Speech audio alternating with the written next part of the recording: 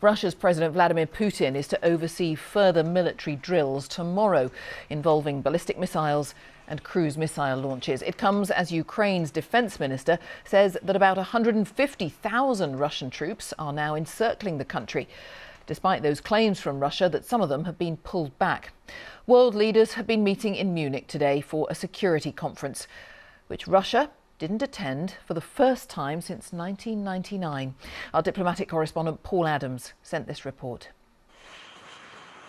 Russia's military exercises in Belarus are almost over, designed to show off Moscow's raw power in the most unambiguous way.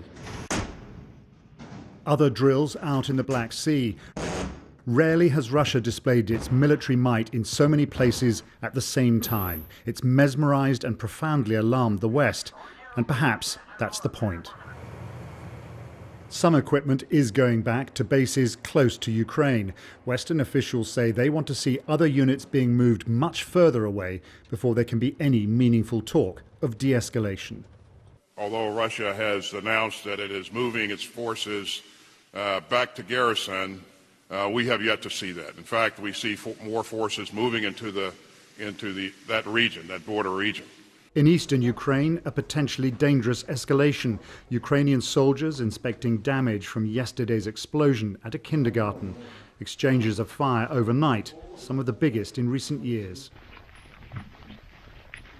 The front lines here have barely changed after long years of war. This is where a wider conflict could erupt. A mistake or a provocation might prove disastrous.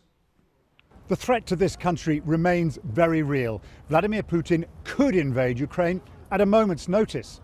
But whatever he decides to do, the sheer theatricality of his muscle flexing in recent weeks has completely transformed the West's understanding of Russia as a global power. Even if war is averted, and it hasn't been yet, this crisis is not going to be forgotten for a long, long time. Least of all the politicians and leaders gathering for a security conference in Munich, the West still scrambling to formulate its response to the challenge from Moscow.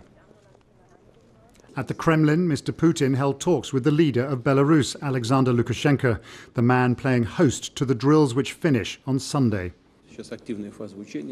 Military exercises are active right now. Tomorrow we'll even participate together in an important part of this whole complex of military cooperation. Ukrainian soldiers already involved in fighting know that something much bigger could still be looming. Russia insists it has no plans to attack.